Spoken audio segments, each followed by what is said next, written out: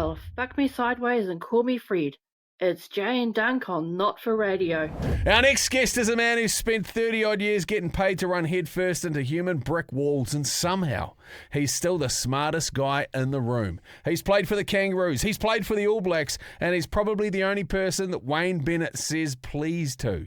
He finally put the secrets to his freakish longevity into words with his new book, Champions Do Extra. It covers everything from his brick-by-brick mental fortress to his battles with anxiety and the reality of the pro sport grind. Welcome to the show, the man, the myth, the legend, the one and only Brad Thorn. There he is, the big one! G'day, big fella. What a pump up. How good's that? I feel like it's WWE. I'm ready to fight. So I'll give you $10 if you run through the wall. One of the few people that could probably run through the screen and pop out here in New Zealand.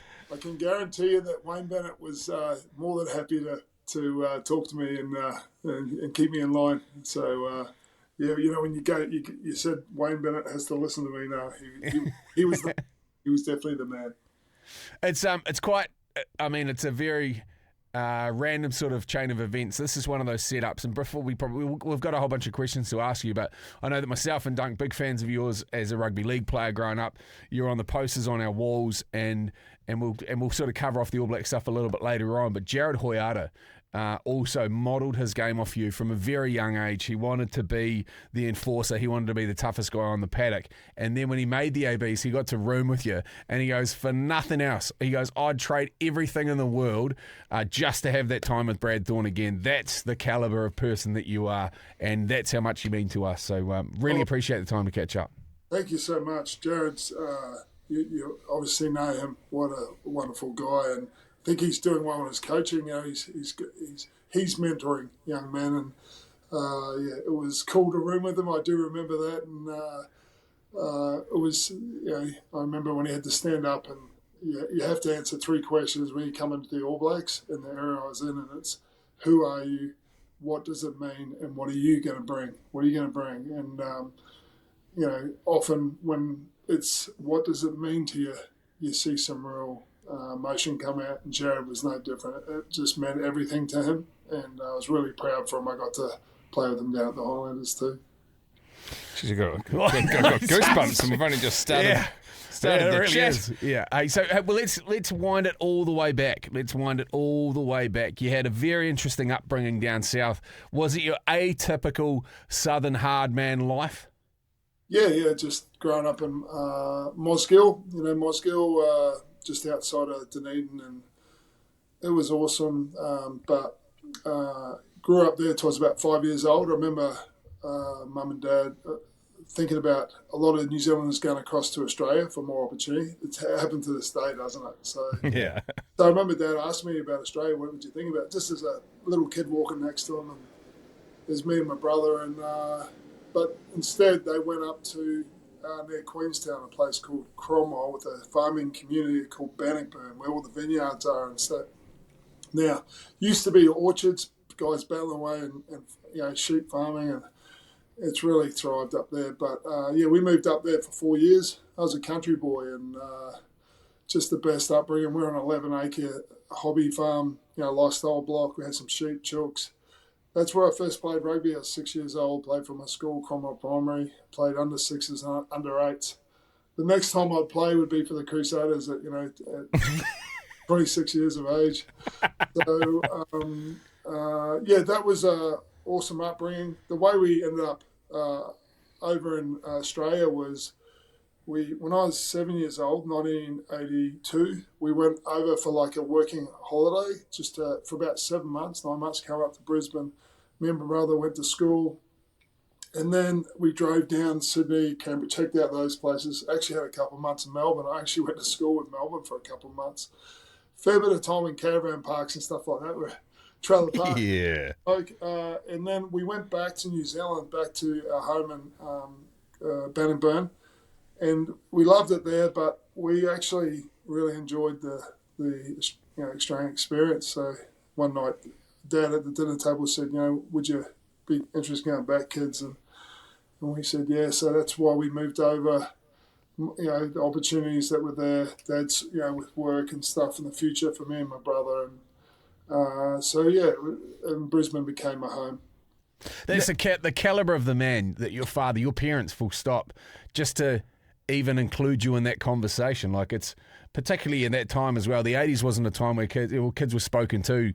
They were seen and not heard. And for that to be the case, and what your thoughts, feelings, and emotions about jumping the ditch, and I mean, it must have been a bit of intrepidation, and I suppose you didn't mind the warm. Mind you, it gets pretty warm in Bannockburn as well, doesn't it?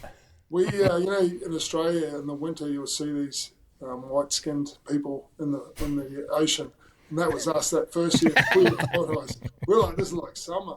First thing I remember off the plane in Brisbane was how thick the air. We're in a taxi, put the window down, and usually it's cold.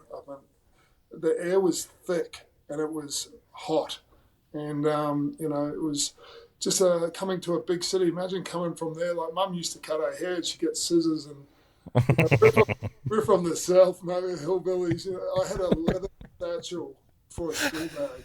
I had a leather satchel, like, Montgomery Burns. He had the pictures when he was a kid. And I'd have my socks up and my shirt tucked in, and with my haircut. And it took a while to, living in the caravan park. Wasn't the best fun, and we finally got into a house. And over a period of time, you make friends, and what a move. We got into schools, and after a couple of years, went to a state school in Australia, and only the private school kids play rugby. State school kids played league, and Dad said, we're established now. You can choose a sport.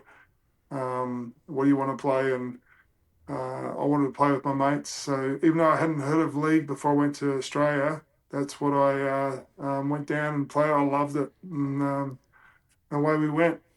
Now, I want to mention your old man, because he just sounded like just an amazing human, and obviously no longer with us. So, which is mentioned in the book, and obviously devastating and stuff. But you made it so clear in the book, and he just seemed like such a magic human, because all the way along he was just sowing these seeds for you.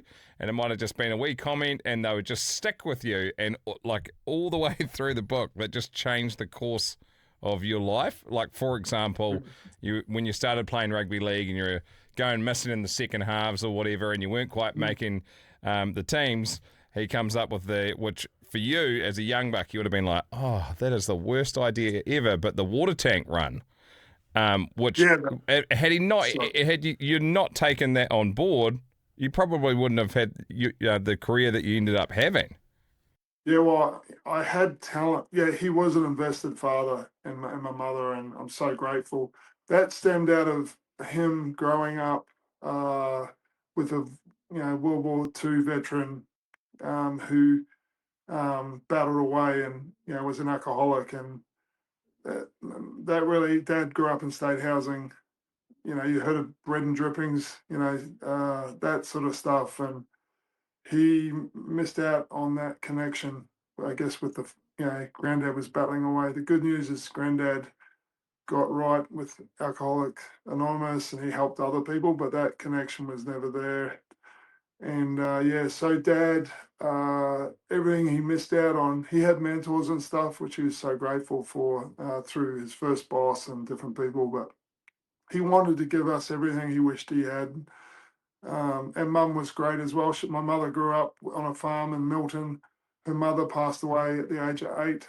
My mum was 8 years old and from a melanoma. So they almost sort of fit together. You think my mum she got moved out to her aunties and that back in the day, and Dad with his father, and they came together. And he was very motivated to climb and achieve, and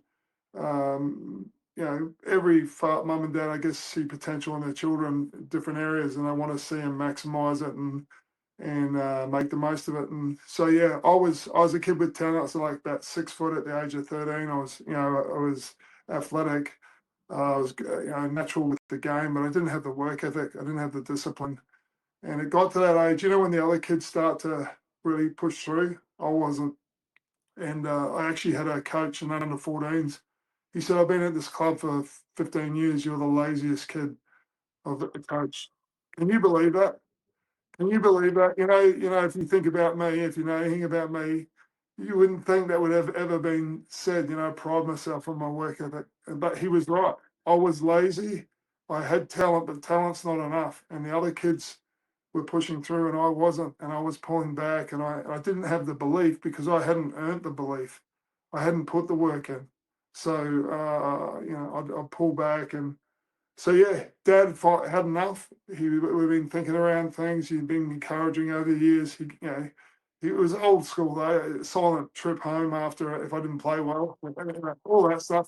We loved it. We're a very competitive family, highly competitive. And he'd taken me down to the Gold Coast. It's a big drive. Hadn't showed up again at a game. It was like for representation. Came back, silent trip all the way home. We got home. He said, "Look, I've had enough of driving around these places, and you don't front. You don't have the belief. You haven't got the work ethic, and you're not taking these opportunities. I've had enough of driving you around. There's a run I want you to do. It's in the state forest nearby. Anything that's uphill, I want you to sprint. Anything that's flat or downhill, you can jog, but you don't stop. You don't bend over, stop. You recover on the run. It's a run that I do. I want you to do it. If you don't do it, I'm not driving you to trainings anymore. I'm not wasting my time. I've got other things to do, And it's like, whoa, okay, okay, all right, okay. So I came the next afternoon. I used to cycle like 9K into school and play touch footy and all that stuff, and then cycle home. So I'd already had a lot of exercise, but got that time in the afternoon to do the run. I went over and did it, and halfway through, I just felt so good. I actually expressed out loud, "This feels good," and it's just fizzing. And I remember thinking, I know me. I'll probably do this time, and then I'll probably fall away. But a couple of days later, it came time again to do that run, and I got up and I went over and I did it, and then bang, I got hooked. And within the next 6 weeks, there was a state carnival. I stuck onto the bench for the Queensland team. My first representation, and belief came alive, and that belief was built on hard work. Potential and talent comes together with some discipline and hard work, and you get something special. And the rest was history after that. I'm so grateful for my dad stepping up, the whole way in our lives, but for me and my brother. But in that moment, I don't have that moment. I don't have so many things that went forward from there. Who else was in that sort of team that you had? It was what would have been like under 16s, under 15s, maybe. Were there any of your other Queensland, like later in life, were there any other Queensland players that were a part of that team? Because often what happens, schoolboy rugby, you're like, mate, this guy's going to go all the way, and then they end up knocking up some chick or becoming a big pie munching bricklayer or whatever, and they just don't make the cut. Were there any of those guys of that lineage or of that era that sort of went the distance with you? Do you remember Matt Singh? Yeah. He used to play Origin. Yeah, he's a guy. We were both on the bench. And I don't remember if hardly anyone else from that team went through. So that's what I say to young guys these days when they talk about, I'm going to make this rep team or whatever. Even when I made Australian under-19s, only a certain few went through. It's very competitive. But that was such a door open for me, and it just set the course. And I learnt that you give greater effort, you get greater reward, and that was cool because that was something that I had potential in. So, Can you transport me to the time, or both of us, where you were at school and you get a phone call? And you get called down to the reception at school, and there's somebody pretty important on the phone for you, and you were super young. It's pretty cheeky because the following year I'd gone to the state selections, and I was straight in there, and all the scouts. It's at the Queensland Schoolboys. All the scouts are watching, and So yeah, Penrith rang my school, and that's cheeky, isn't it? Yeah. Because usually, I got called up to the office, and I got some guy from Penrith saying, so I had like probably 4 or 5 clubs. The closest was the Bulldogs. I thought I was going down to the Bulldogs. I like the Bulldogs. They're a tough footy team. I thought I would suit them, and Stephen Price, the Warriors captain, the Origin, sort of great. It was me and him made the state team, and I thought I was going down there. It was actually my father again, steps in again. As you said in the book, he keeps popping up. He's influencing me, but he's influencing other things. I was at school thinking, at the end of the year, I'm going down to the Bulldogs. There'd be no schoolies, straight down, and I'd be I'd be in a house with people and all this sort of stuff. I come home from school one day, and Dad goes, midway through the year, we're meeting Wayne Bennett next week. I said, what? What's going on? And Dad was a watchmaker by trade. He was a perfectionist. He liked doing things exceptionally well. And yet that's how you have to be with watchmaking. It's very minute, and but he gone into real estate, and real estate, they're pretty, they're out there trying to get customers or whatever. So I think he just said, I'm going to do something about this. I got my son going to Sydney as a 17-year-old.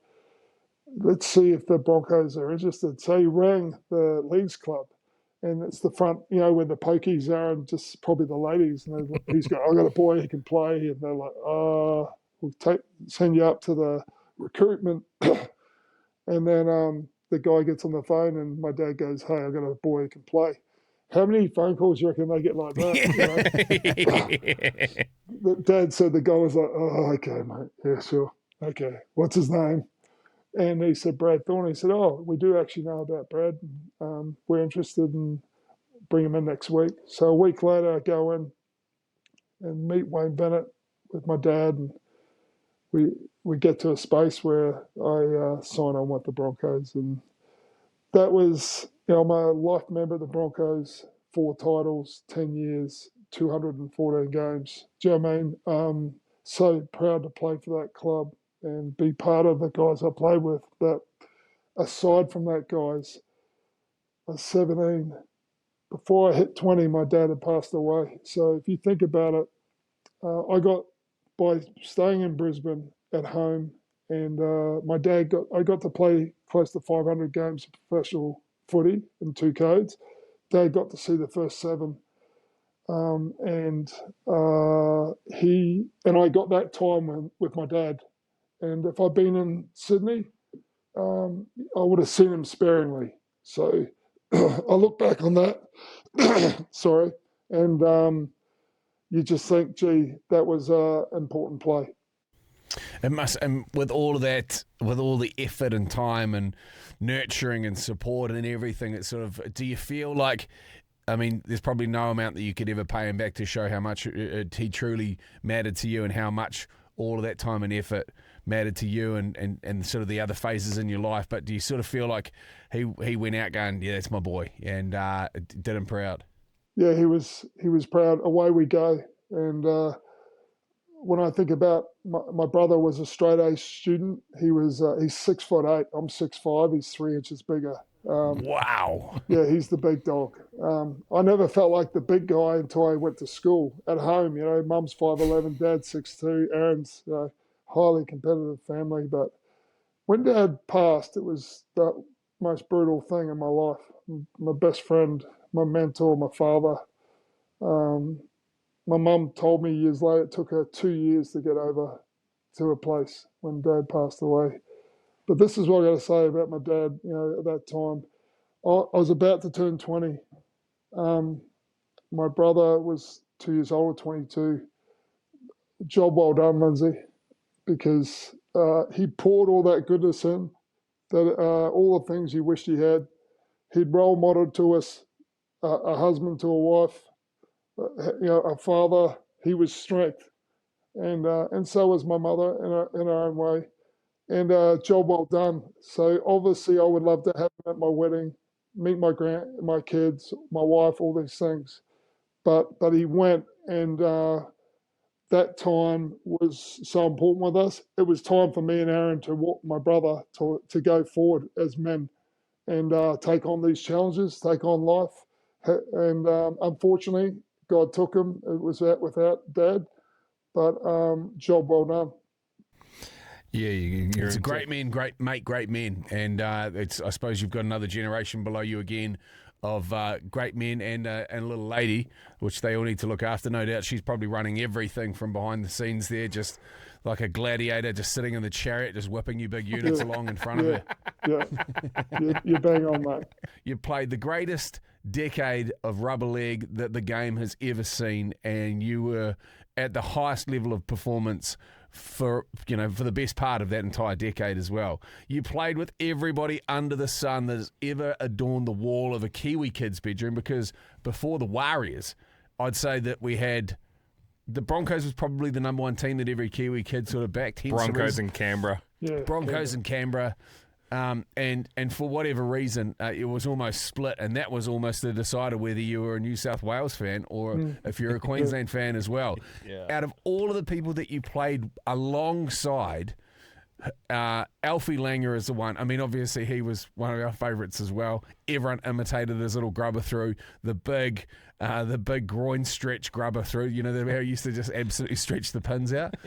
Why was he the best? What made him the greatest in your eyes? Just born competitor, and he was the smallest guy in the park, and yeah, he had questionable tackling. What was it, the trip tackle?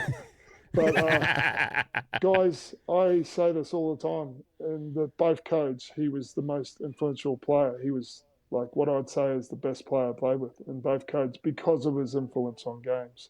He must be about 5'7", 5'6".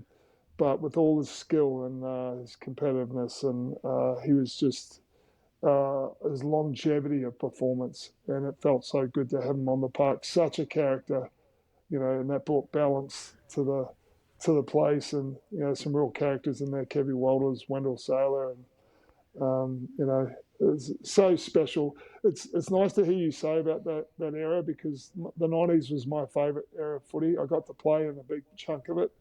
But yeah, Tina Turner, the hype. Yes. The best. The shoulder charge. There's all these good things, around. So, yeah. When was do you remember the first time you had to tackle Mel Meninga? Because it would have been, you obviously made the team extremely young by anybody's standards, and then just a couple of years before that, you're watching the likes of Wally Lewis and Mel Meninga on TV, and Bradley Clyde, and just the most, like I say, the golden era. Benny Elias. But then at some point, you become the kid that's in an oversized Broncos jersey, and you're running out, and you have to tackle Mel Meninga. Yeah, that was my second game, and I came off the bench. Came off the bench against the Bulldogs, and I didn't have time to think. He used to play reserve grade, and then I'd sit you on the bench. I went out and enjoyed the experience. And then there was a bye, so it was 2 weeks, and Wayne put me on the bench, and I'm playing the Canberra Raiders. Mel Meninga, Laurie Day, Ricky Stewart, Bradley Clyde, all these guys. And I couldn't eat my breakfast that morning when I went down there. It was a bunch of nerves. Somehow I was at the end of the line. They beat us quite convincingly, but I was at the end of the line, and Steve Renouf passed it to me, and I scored a try in the corner, and I had Ricky, Mel Meninga, and Noah Nandruku have a tackle on me. And I remember just thinking, far out, because Mel Meninga was the first guy I saw in rugby league. I didn't know anything about it. I turned on the TV, and he was playing in Brisbane in 1984 for South, and Wayne Bennett used to coach South, and he was just dominant. And I remember saying to my dad, I don't know who this guy is, but why don't they just give him the ball all the time, because they can't handle him. And he's a legend. So, yeah, as a 19-year-old, playing in front of 50,000 at QE2 Stadium in Brisbane, you had to get used to that hype and that big game quickly. And I think it was a strength because as time went on, you thrived in that environment. I've always had this saying, I don't care if they hate me or love me, as long as they're there. I want that energy. I want that. I want the pressure. I want the occasion. and so I think getting amongst that helped early, because some teams would come up and they'd run out on the field and I could look at them and they're already defeated. We had a great Brisbane team. So yeah, they were good times. Who got you the best? You're a big bit of kit, but who do you reckon got the biggest bell ringer on you that made you just go, "Oh, jeepers, I don't know if this game's for me"? And who did you get the best? One of those ones where you're like, I felt bones crunching around my shoulder, and my goodness, that felt good.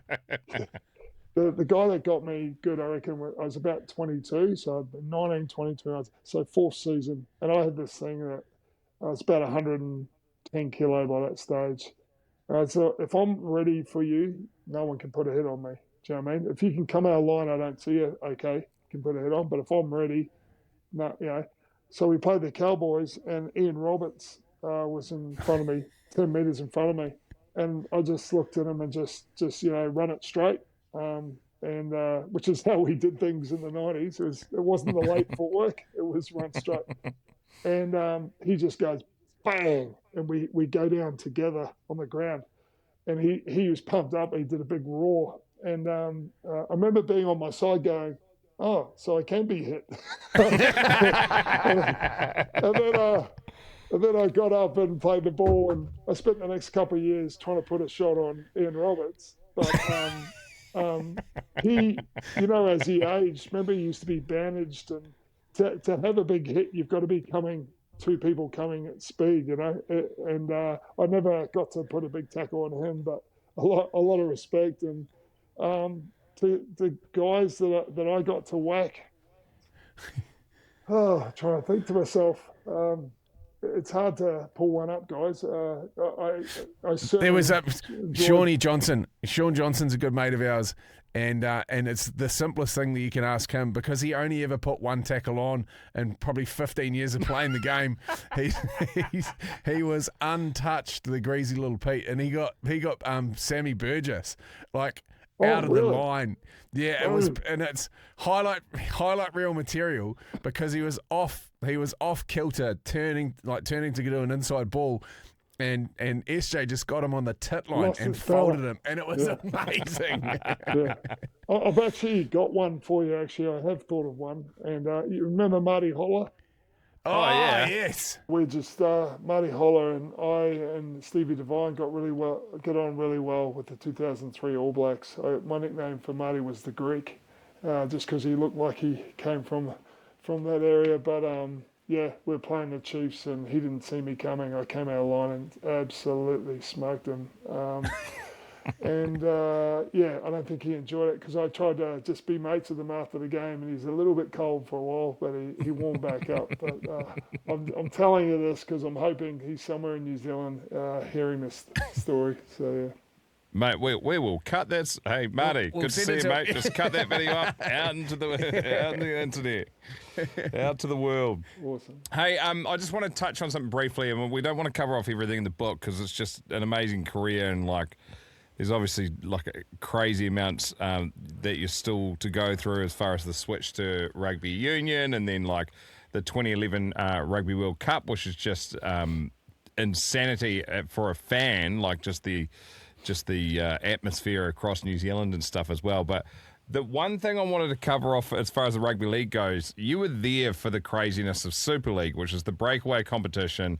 The Australian Rugby League was the competition. Super League comes in, and when Super League comes in, you've got to try and sign the clubs over. And in doing so, the way to do that is to chuck out crazy amounts of cash. Now, so Jay hasn't got to this part of the book, but in the book, I think you're getting paid $40,000 a year.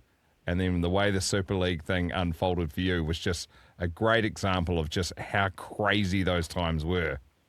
Yeah. So I was actually on 5,200. And that first year where I played 7 games for the Broncos as a 19-year-old, went to 40,000. Thought, oh my goodness, how great's this? Getting paid like this. It was the same back then to anyone else on my street. And I was a 19-year-old kid. And, Super League came along, and they signed up all the B names first. They were talking about millions of dollars. I think Ricky Stewart might have done a 7-year, $1 million a year contract or something. But the lower level guys, we all got taken to John Rebo's house, and one at a time we went in, and I noticed the guys came out with a big smile on their face, and my name's THORN T, so I was one of the last guys, second last to go in, and I went in the room and there's a check for $25,000 sitting there. So I was on 40 grand. There's a sign-on check for $25,000 if I signed, and it was 150 for 2 years. So going from 40,000 to 150 for 2 years, I'm just a lower level guy. But this is in the mid 90s, guys, you know. And there was a lawyer there, was John Rebo, and my dad kicked in, being a real estate guy. And he'd had these different sayings, and one of them was never take the first offer. So believe it or not, as a 20-year-old, I said, hey, I've got to think on this, because everyone signed in the team, bar me and a guy called Carrad Walters, who ended up getting a really good amount. But I said, you know, I've got to think on this, and you know, I knew they wouldn't push it because John knew about my father passing away, and you guys still there? Yep. Oh, sorry. I got out of the room. I went home. I told Mum. Mum said, "That's crazy. Should have just taken it."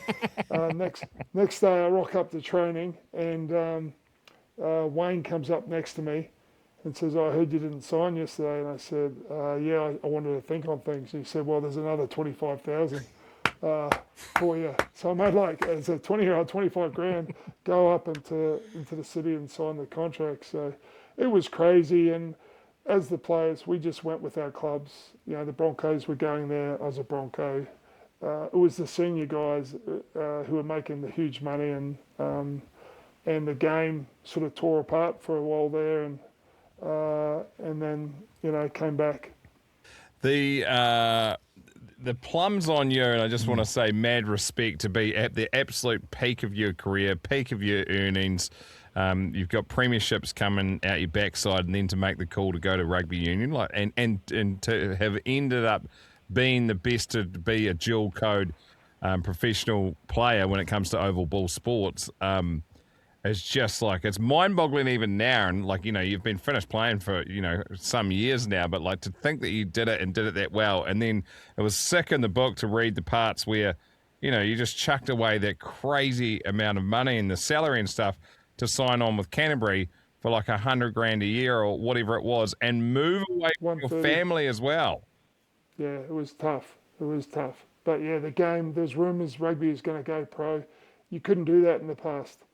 But Dad and I had talked about it. He said, you get some stuff done in league, maybe you could go over and take on that challenge. So when the game did go pro in 1996, Super Rugby came along, that was, you know, and I did get some stuff done in league. That was my time. I wanted to go in my prime, not at the end of my career, and take on that challenge. And I'm so glad I did. It was the hardest thing until I did head coaching. It was the hardest thing I'd done in my life. It humbled me. A 14-year-old knew more than I did, and you know, I had to persevere, and the whole challenge is to become instinctive in the game. I was always behind the game, you know, because I didn't understand all the things I needed to do, the line out, the scrum, the breakdown, the maul, the kick-off retreat, the pick and go.